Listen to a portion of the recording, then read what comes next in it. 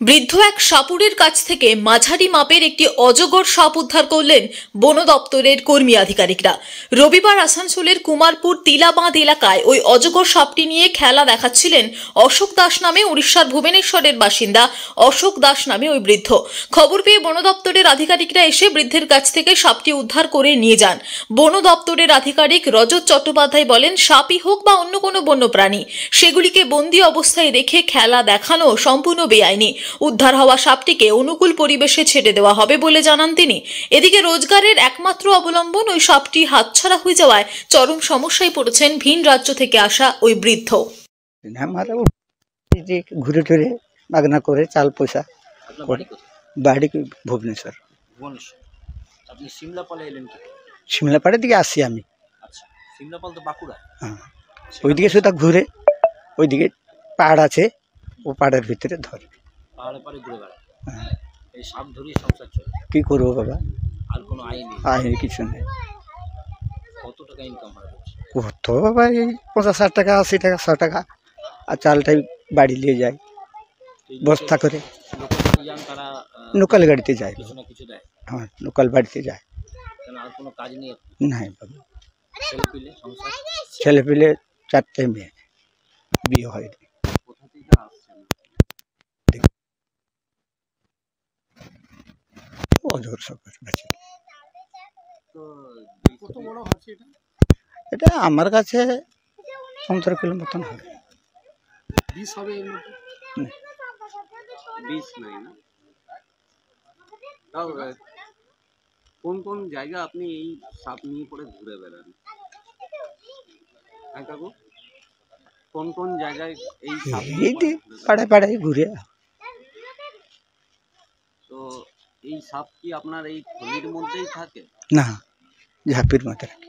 ঝাঁপির মধ্যে মানে দেখাবার জন্য আপনি গালাতে করে নিয়ে আসে। আপনার নাম? ওটা পেয়েছে এখন ছোট বাচ্চা আছে, সেই জন্য ওটাকে নিয়ে ধরে খেলা দেখাচ্ছে।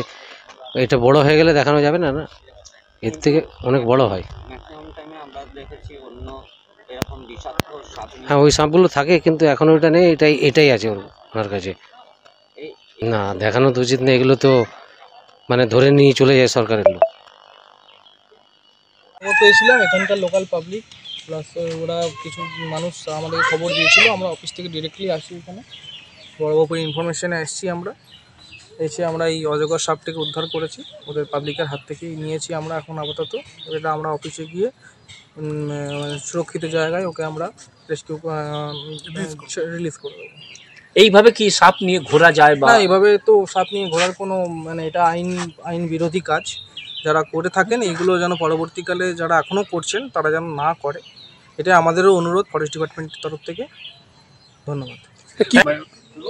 বোঝা যাচ্ছে না এই মুহূর্তে, আমরা তো খুলে ভালো করে দেখিনি এখনো। বাচ্চাদের 3 মাস আছে। আসানসোল থেকে নিজস্ব প্রতিনিধির রিপোর্ট, টিভি নিউজ 10। সুলভ সঠিক চিকিৎসার একমাত্র প্রতিষ্ঠান বিবেকানন্দ হসপিটাল। 24 ঘন্টা emergency service, blood bank, trauma care. আপনাদের সেবায় আমরা তৎপর। গুণমান ও পরিষেবায় দুর্গাপুর বিধাননগরের ডক্টর জাকির হোসেন এভিনিউর বিবেকানন্দ হসপিটাল শিল্পাঞ্চলের মানুষের মন জয় করেছে। দক্ষিণ ভারতের স্বনামধন্য চিকিৎসা প্রতিষ্ঠান অ্যাপোলো হসপিটাল, চেন্নাইয়ের চিকিৎসা পরিষেবা এখন আপনার দোরগোড়ায়।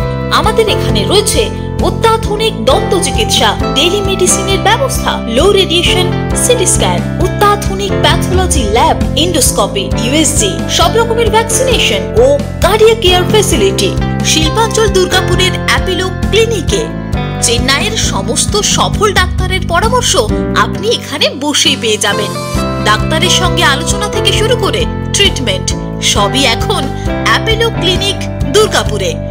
তাই আর দেরি না করে চিকিৎসা সংক্রান্ত সব সমস্যার সমাধান করতে আজই আসুন অ্যাপোলো ক্লিনিক দুর্গাপুর। আমাদের ঠিকানা আরা শিবতলা রোড, মুচিপাড়া, দুর্গাপুর, তপবন সিটির সন্নিকটে। যোগাযোগ এবং বুকিং নাম্বার 8927800447। এছাড়াও 8670909033।